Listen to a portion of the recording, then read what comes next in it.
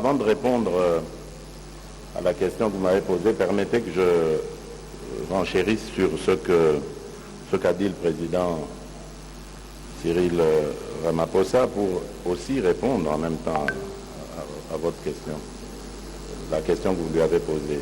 Pour dire ceci, c'est la première fois que j'entends que nous refusons de discuter avec le Rwanda.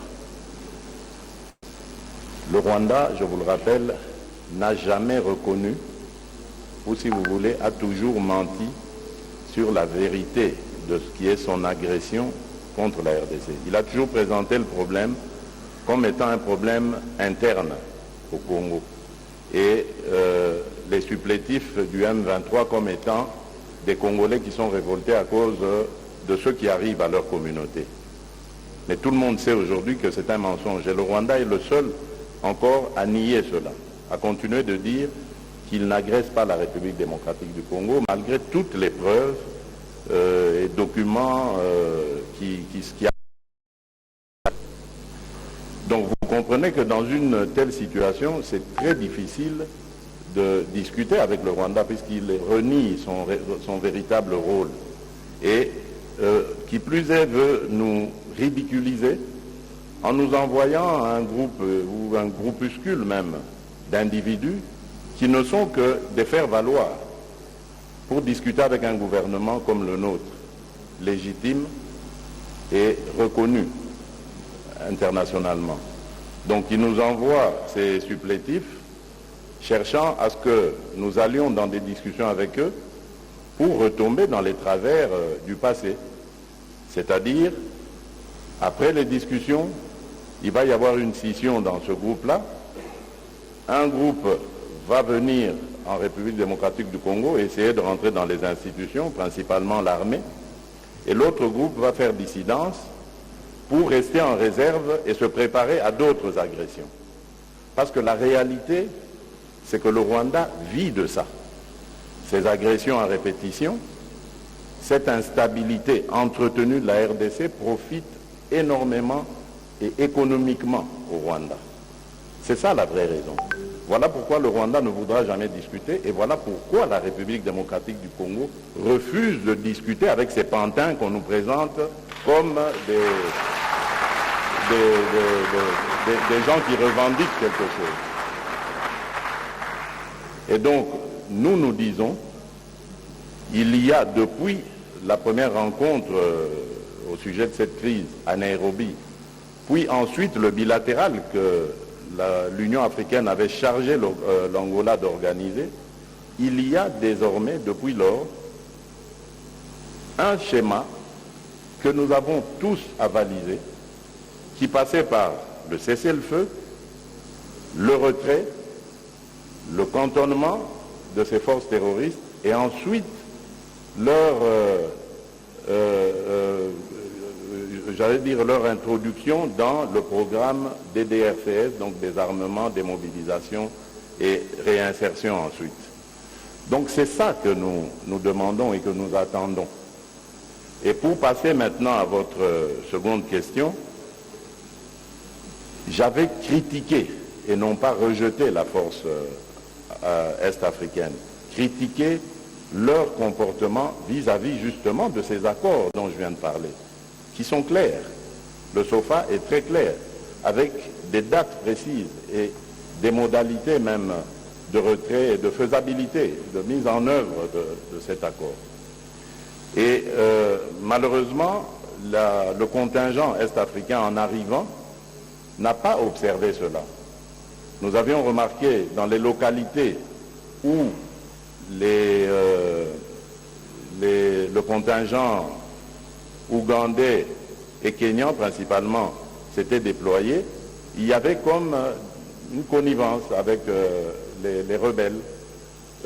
Il leur permettait de lever des taxes et de se comporter comme en terrain conquis, ce que les Burundais ne faisaient pas. Donc nous avions juste fait remarquer cela. Depuis lors, nous avons eu des discussions franches et nous nous sommes dit les choses.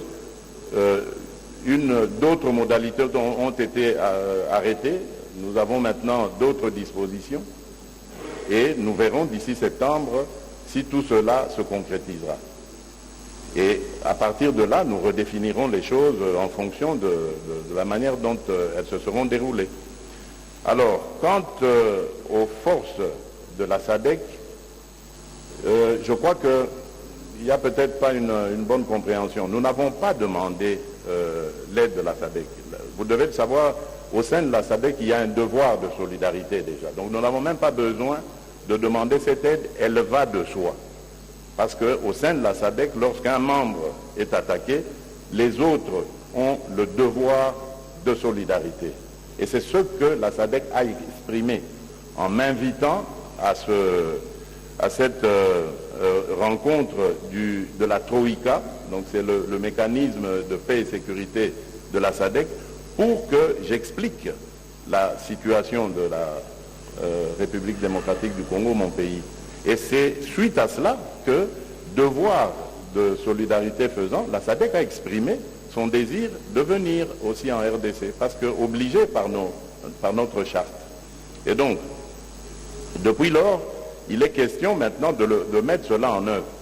Mais vous le savez, je l'ai dit, il y a la force est-africaine qui est là. Il faut d'abord observer comment est-ce qu'elle va se comporter. Et la force de la SADC reste en attente et toujours à la disposition de la République démocratique du Congo pour intervenir à tout moment.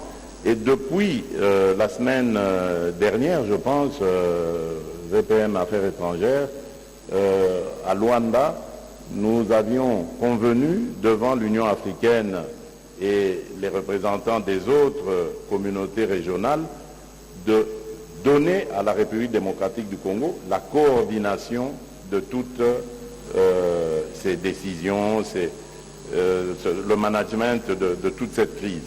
Ça voudrait dire donc que le jour où la République démocratique du Congo le décidera, elle adressera alors formellement son quitus ou son go à la SADC pour qu'elle déploie enfin ses contingents ici. Donc pour le moment, nous sommes avec la East African Force et nous voyons comment le désengagement de ces forces terroristes soutenues par le Rwanda va s'effectuer. Jusqu'à septembre, nous n'avons donc aucun commentaire à faire sur cela et nous aviserons d'ici là. Voilà. Merci Monsieur le Président. Monsieur Grace Amzati de Radio Okapi. Merci.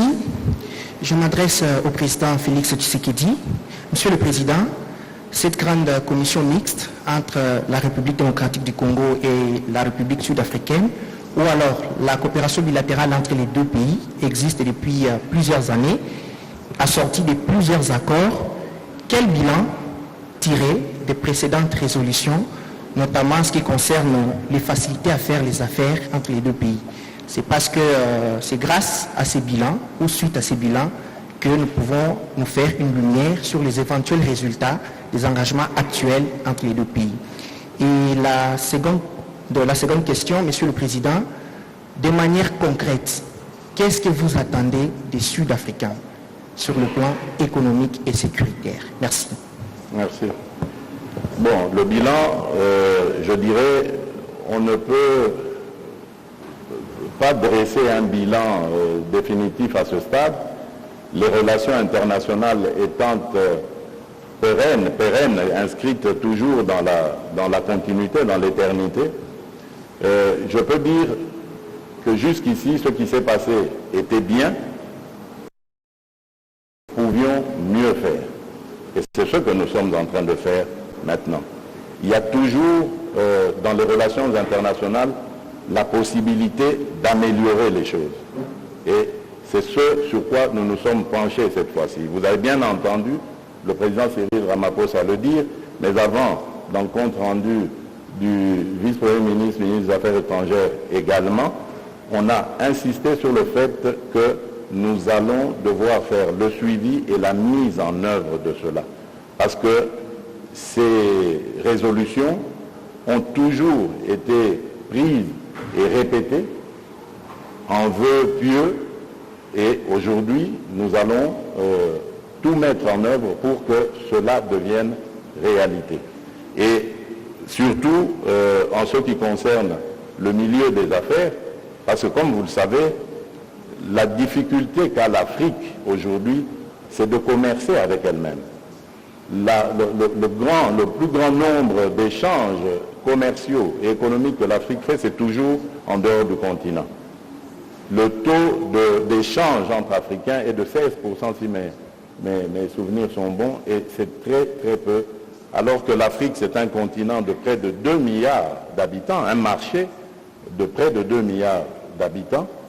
Et si nous résolvons le problème de l'intégration continentale, je crois que nous allons arriver à devenir une puissance économique et commerciale qui rivalisera avec les autres puissances économiques et commerciales de ce monde. Donc nous avons besoin de davantage accentuer la coopération entre nos États. J'ai parlé tout à l'heure de l'axe Pretoria-Kinshasa. Ça signifie, entre Kinshasa et Pretoria, vous avez deux pays qui sont potentiellement riches, qui sont démographiquement bien peuplés et qui peuvent, avec leur influence, booster toute la zone d'Afrique australe et la mener à un autre niveau économique, ce que nous souhaitons tous. Bien évidemment, cela passe par davantage d'échanges et surtout de suivi des résolutions que nous prenons ici. Et c'est cela, pour répondre à votre dernière question, que j'attends de l'Afrique du Sud. Parce que nous avons dit les choses ici autrement qu'elles n'avaient été dites jusqu'à ce point, et j'espère aussi que nous allons les faire autrement qu'elles n'avaient été faites jusqu'à ce point. Voilà, merci. Alors, mesdames et messieurs de la presse, comme vous le savez, le programme est encore très long pour les deux chefs d'État. Ils sont attendus au Palais du Peuple. Et comme je viens de le dire, le communiqué final que nous allons mettre à votre disposition a vraiment toutes les réponses à vos questions. Et nous allons prendre, si vous le permettez, Monsieur le Président, juste deux petites questions, ou une petite dernière en tout cas. Oscar Mbal, directeur des infos de la RTNC. Merci madame. C'est une petite question que je vais adresser au président de la RDC au sujet du grand Inga, le communiqué final en affirmation. La ministre sud-africaine a mis l'emphase sur ce programme, ce grand projet, même le président Ramaphosa, c'est pour montrer l'intérêt attaché à ces grands projets Inga. Excellence, Monsieur le Président de la République, développeur australien sous le grand projet Inga, les groupes Fortescue Metal Limited, avec qui vous avez échangé à Davos, son président. Je voudrais savoir s'il y a de la place pour tout le monde, pour tous les pays, dans ces vastes projets, parce qu'à un moment donné, vous hésitiez vous n'étiez pas pour le contrat d'exclusivité, parce que l'Afrique du Sud est intéressée, il y a d'autres pays qui sont intéressés. Est-ce qu'il y a de la place pour tout le monde? Bien sûr, et je continue à refuser l'exclusivité.